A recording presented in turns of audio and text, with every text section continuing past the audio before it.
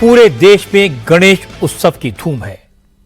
मुंबई में लाल बाग के राजा का दरबार सज चुका है। आज अमित शाह और शरद पवार ने भी लाल बाग के राजा के दर्शन किए। जीएसबी गणेश मंडल, गणेश गली के राजा, अंधेरी के राजा, जगह जगह पंडाल लग गए हैं। पुणे में दगड़ू सेठ के पंडाल में भक्तों की भारी भीड़ है।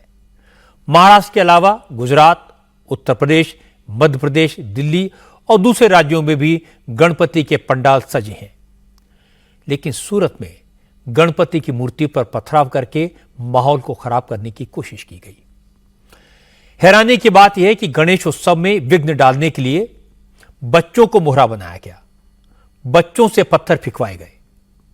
जब पुलिस ने बच्चों को पकड़ लिया तो सैकड़ों लोगों ने थाने का घेराव करके पुलिस पर पत्थरबाजी की, आगजनी की, गाड़ियों को तोड़ा। हालांकि गुजरात के होम मिनिस्टर हर्ष सांघवी रात में 3 बजे ही सूरत पहुंच गए।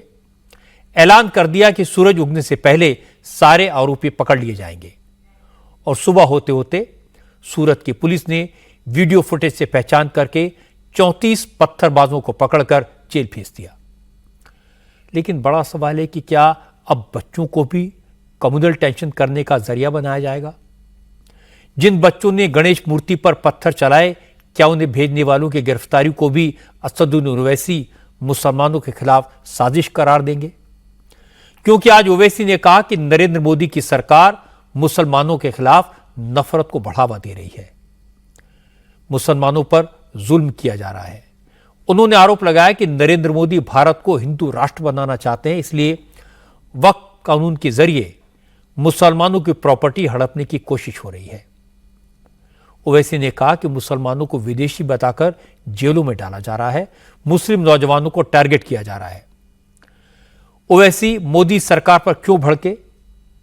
उन्होंने एकनाथ शिंदे की सरकार को क्यों कोसा, यह भी आपको बताऊंगा। लेकिन पहले बात कर लेते हैं सूरत की। सूरत में कल आधी रात के बाद सैयदपुरा इलाके में गणपति पंडाल पर बच्चों से पत्थर फेंकाए गए। आज छत्तीसगढ़ की भिलाई से भी हैरान करने वाली तस्वीरें आई। भिलाई म्युनिसिपल कॉर्पोरेशन ने आज मजार के नाम पर सरकारी जमीन पर हुए कब्जे पर बुलडोजर चला दिया। आज सुबह सुबह नगर निगम की टीम मस्जिद सैलानी दरबार पहुंची। नगर निगम के बुलडोजर ने पहले बाजार के गेट को गिराया और उसके बाद आसपास बनी कई दुकानें और एक मैरिज हॉल पर भी बुलडोजर चला। अब इस एक्शन को भी मुस्लिम विरोधी बताया जा सकता है, लेकिन नगर निगम का दावा है कि 1984 में करबला समिति को मस्जिद बनाने के लिए करीब 800 स्क्वायर फीट जमीन दी गई थी। ये जमीन केवल धार्मिक इस्तेमाल के लिए दी गई थी। इस जमीन पर मस्जिद बनी, लेकिन करबला समिति ने धीरे धीरे आसपास की 5 से 6 एकड़ जमीन पर कब्जा कर लिया। भिलाई की इस प्राइम लोकेशन पर मस्जिद के आसपास 22 दुकानें और एक मैरिज हॉल भी बना दिया गया। इस जमीन की कीमत करीब 400 करोड़ रुपए है। इन अवैध कब्जों को लेकर प्रशासन ने करबला समिति को कई नोटिस दिए। मामला कोर्ट तक पहुंच गया। कोर्ट ने डीएम को 120 दिन के भीतर लीगल एक्शन लेने का आदेश दिया। इसके बाद डीएम ने करबला समिति को गैर कानूनी कब्जे हटाने के लिए नोटिस जारी किया। फिर भिलाई म्युनिसिपल कॉर्पोरेशन कब्जा हटाने के लिए 3 दिन का वक्त देने के लिए सामने आई। न नोटिस का जवाब मिला, न कब्जा हटा, तो प्रशासन ने बुलडोजर चला दिया। ये अतिक्रमण जो था करीब 5-6 एकड़ में हमारा यहाँ पे अतिक्रमण किया हुआ था निगम की ज़मीन में। इनको पूर्व में भी नोटिस दी गई थी और गैर धार्मिक उपयोग के लिए जो दुकानें बनाए थे और उनका उससे व्यवसाय कर रहे थे, तो उस पर धार्मिक उपयोग की ज़मीन को छोड़ा है, उनका स्ट्रक्चर छोड़ा है।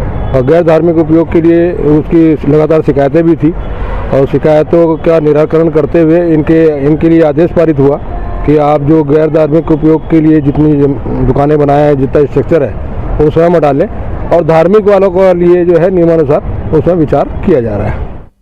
आज ओवैसी महाराष्ट्र के संभाजी नगर में थे। ओवैसी अब पूरे देश में घूम घूमकर मुसलमानों से वक्फ एक्ट के खिलाफ लामबंद होने की अपील कर रहे हैं। कई शहरों में मुस्लिम संगठनों के लोग सड़कों पर उतरकर इसका विरोध कर रहे हैं। पुरानी दिल्ली के कई इलाकों में दुकानों के बाहर पर्चे लगाए गए हैं जिसमें इस बिल के खिलाफ तमाम तरह की बातें लिखी गई हैं और इसके साथ साथ अनाउंसमेंट करके भी लोगों को वक्फ अमेंडमेंट बिल के खिलाफ राय देने के लिए कहा जा रहा है। All India Muslim personal law board की तरफ से भी एक QR कोड जारी किया गया है जिसमें मुसलमानों से अपील की गई है कि वो ज्यादा से ज्यादा इस QR कोड को स्कैन करें, इस पर अपनी राय दें और वक्फ अमेंडमेंट बिल का विरोध करें। आज ओवैसी ने भी संभाजी नगर में तीखी तकरीर की। संभाजी नगर हज हाउस में हुए जलसे में ओवैसी ने कहा कि नरेंद्र मोदी मुसलमानों की संपत्तियों को हड़पने का प्लान बना रहे हैं। इस काम में खुद को छत्रपति शिवाजी महाराज का चेला बताने वाले एकनाथ शिंदे भी मोदी का साथ दे रहे हैं। ओवैसी ने कहा शिवाजी ने तो रत्नागिरी में दरगाह के लिए 652 एकड़ जमीन दान दी थी और एकनाथ शिंदे की सरकार मस्जिदों को तोड़ना चाहती है, वक्फ की जमीनें मुसलमानों से छीनना चाहती है। ओवैसी ने कहा अगर मोदी के मंसूबों को नाकाम करना है तो महाराष्ट्र में मजलिस को मजबूत करना होगा, वरना मुसलमानों के पास न अपनी क़यादत होगी न असेंबली और पार्लियामेंट में मुसलमानों के हक करने वाले कोई नेता होंगे। आज कानपुर से भी साजिश की खबर आई। कानपुर में एक बार फिर जबरदस्त रेल हादसा होते होते बचा। कानपुर में फिर से ट्रेन को डीरेल करने की कोशिश आज फेल हो गई। ट्रेन की पटरी पर भरा हुआ गैस सिलेंडर रखा गया, इसके पास बारूद से भरा थैला, पेट्रोल की बोतल और माचिसें भी रखी गई थी, जिससे ट्रेन के इंजन से टकराकर जैसे ही सिलेंडर फटे, चिंगारी उठे, ब्लास्ट हो तो उन शोलों को भड़काने के लिए पेट्रोल और बारूद भी मौजूद था। हालांकि ट्रेन के ड्राइवर की सावधानी ने बड़ा हादसा होने से बचा लिया। असल में प्रयागराज से भिवानी के लिए जा रही कालिंदी एक्सप्रेस कल रात करीब 8:30 बजे कानपुर सेंट्रल से 50 किलोमीटर दूर शिवराजपुर कस्बे के पास बरजपुर हॉल्ट पर पहुंची तो कालिंदी एक्सप्रेस के ड्राइवर को ट्रैक पर एक गैस सिलेंडर रखा दिखा। उस वक्त ट्रेन की स्पीड 100 किलोमीटर प्रति घंटे से ज्यादा थी। ड्राइवर ने फौरन इमरजेंसी ब्रेक लगाया, लेकिन दूरी कम थी इसलिए ट्रेन इमरजेंसी ब्रेक लगाने के बाद भी पूरी तरह रुकी नहीं। कालिंदी एक्सप्रेस का इंजन ट्रैक पर रखे सिलेंडर से टकरा गया। टक्कर के बाद सिलेंडर फटा नहीं, उछलकर ट्रैक से कुछ दूरी पर गिरा। अगर कालिंदी एक्सप्रेस फुल स्पीड से सिलेंडर से टकराती तो बड़ा ब्लास्ट होता, जिसकी वजह से ट्रेन डीरेल हो सकती थी, बड़ा एक्सीडेंट हो सकता था, लोग मारे जाते। पर ट्रेन के ड्राइवर की सूझबूझ से एक बड़ी साजिश नाकाम हो गई। एक बड़ा हादसा होते होते टल गया। ड्राइवर ने फौरन ट्रैक पर सिलेंडर होने की खबर रेलवे के बड़े अफसरों को दी। रेलवे प्रोटेक्शन फोर्स और सिविल पुलिस के अफसर मौके पर पहुंच गए। ट्रैक की जांच की गई तो सिलेंडर मिला और इसके अलावा पास में ही पेट्रोल बम, माचिस और मिठाई के एक पैकेट में बारूद भी बरामद हुआ। हरियाणा में आम आदमी पार्टी और कांग्रेस के बीच अलायंस की बात अटक गई है। क्योंकि कांग्रेस की तरफ से कोई साफ जवाब नहीं मिला, इसलिए केजरीवाल की पार्टी ने हरियाणा इलेक्शन के लिए 20 सीटों पर उम्मीदवारों की पहली लिस्ट जारी कर दी।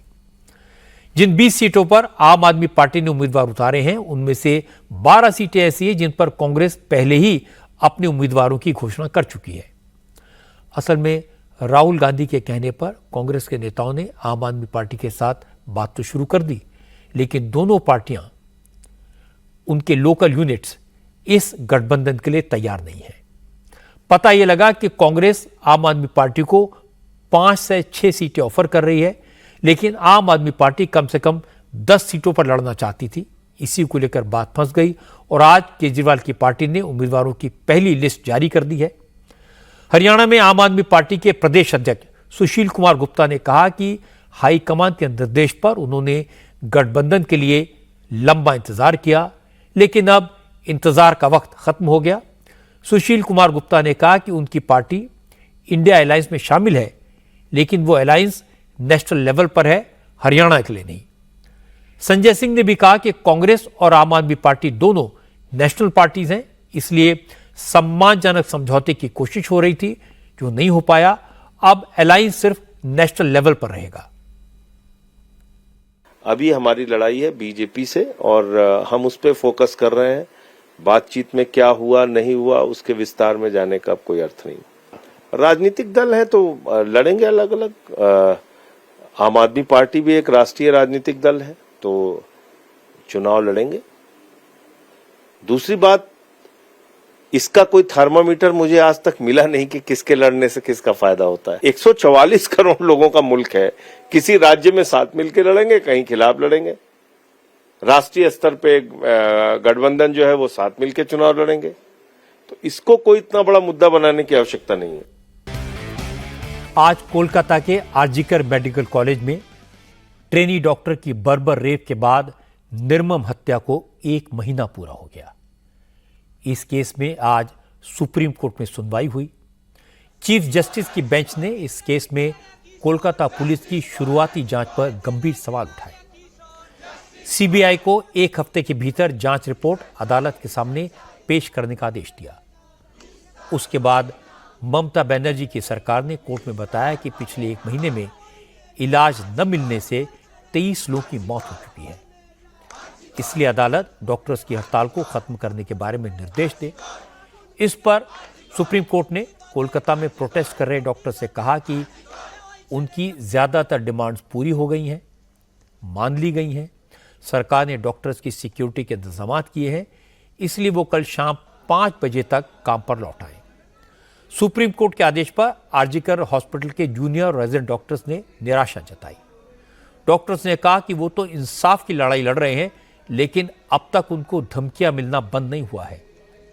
आरोपी पकड़ से बाहर हैं, सरकार कोर्ट में झूठ बोल रही है, हॉस्पिटल में सुरक्षा के इंतजाम नहीं हैं, ऐसे में वो काम पर कैसे लौटाएं? हम लोग बहुत डिसअपॉइंटेड है। मतलब ये उम्मीद नहीं थी हम लोगों को। मतलब ऐसे हम लोगों के लिए ये लोग बोल रहे हैं कि सिक्योरिटी के लिए बहुत सारे मेजर्स लिए गए हैं, लेकिन ग्राउंड रियलिटी ये है कि अभी तक मतलब कोई नया सीसी कैमराज या फिर हम लोगों के सिक्योरिटी के लिए क्या मेजर्स लिए गए हैं, हम लोगों मतलब ऐसा कुछ खास मेजर्स भी लिए नहीं गए हैं। और इन एडिशन हम लोगों का मतलब जो थ्रेट्स आ रहे हैं हम लोगों पे, जो मतलब वी आर नॉट श्योर कि अभी हम लोग ज्वाइन कर जाएंगे। इसके बाद एक अभया बन चुके हैं, हम लोग अभया 2-3 भी बन सकते हैं किसी भी दिन। पूरे देश में इस समय गणेश उत्सव की धूम है। खासतौर पर महाराष्ट्र के गणेश पंडालों में बाप्पा के दर्शनों के लिए श्रद्धालुओं की भारी भीड़ है। मुंबई में लाल बाग के राजा के दरबार में हजारों श्रद्धालु रोज पहुंच रहे हैं।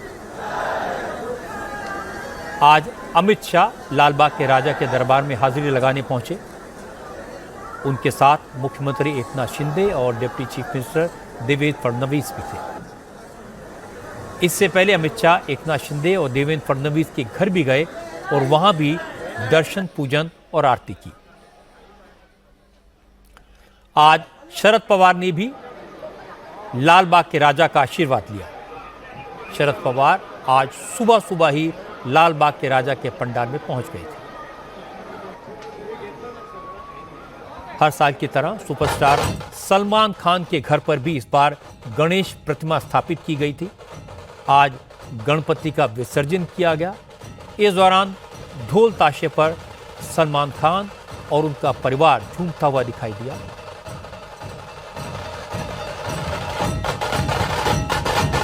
सलमान खान ने गणपति की आरती की और फिर पूरे विधि विधान के साथ गणपति का विसर्जन किया गया। मेरी प्रार्थना है कि विनायक विघ्नहर्ता आपके जीवन के सभी विघ्नों को हरें, परेशानियों को दूर करें। गणपति आपके जीवन में सुख और समृद्धि लाएं।